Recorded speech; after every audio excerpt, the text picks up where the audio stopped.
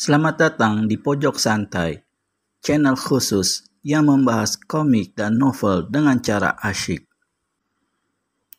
Seorang nenek sakti yang bernama Sinto Gendeng tengah asyik melatih muridnya di puncak Gunung Gede. Selesai melatih, sang nenek bersenandung yang sepertinya mengisyaratkan sesuatu. Isyarat apa yang dimaksud nenek sakti ini? Yuk, langsung saja disimak video kali ini.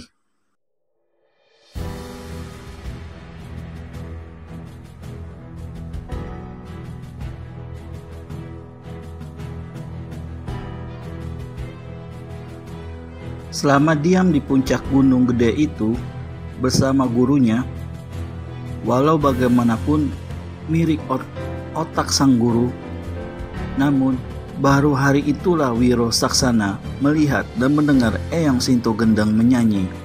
Kata-kata dalam nyanyian itu entah mengapa membuat Wiro jadi berdebar.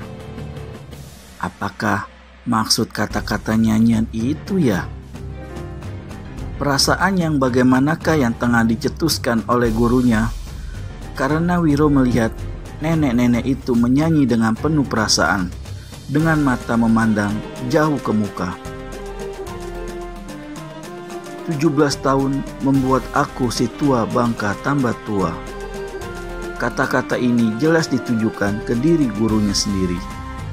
Tapi pada siapakah ditujukan kalimat yang berbunyi 17 tahun membuat seorang orok menjadi pemuda gagah itu? Apakah ditujukan kepadanya? Berdebar hati Wiro Saksana. Kemudian kalimat-kalimat 17 tahun ujung perpisahan serta 17 tahun saat pembalasan. Apakah arti semua itu? Ketika Wiro Saksana memandang ke atas, pada saat itu pula Eyang Sinto Gendeng melihat ke bawah.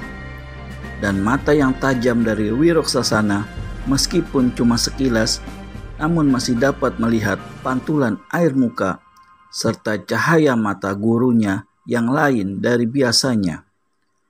Air muka itu, sinar mata itu, menyembunyikan satu perasaan sedih.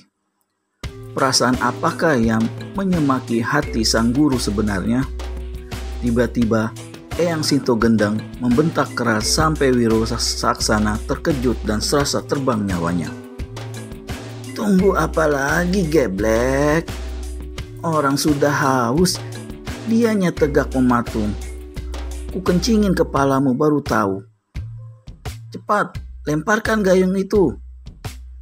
Dan Wiro Saksana segera lemparkan gayung batok kelapa yang berisi air ke atas. Gayung itu melesat ke atas tanpa setetes air pun yang tumpah. Bagus Wiro, bagus sekali, memuji Sinto Gendeng. Dan dengan tangan kirinya disambutnya gagang gayu.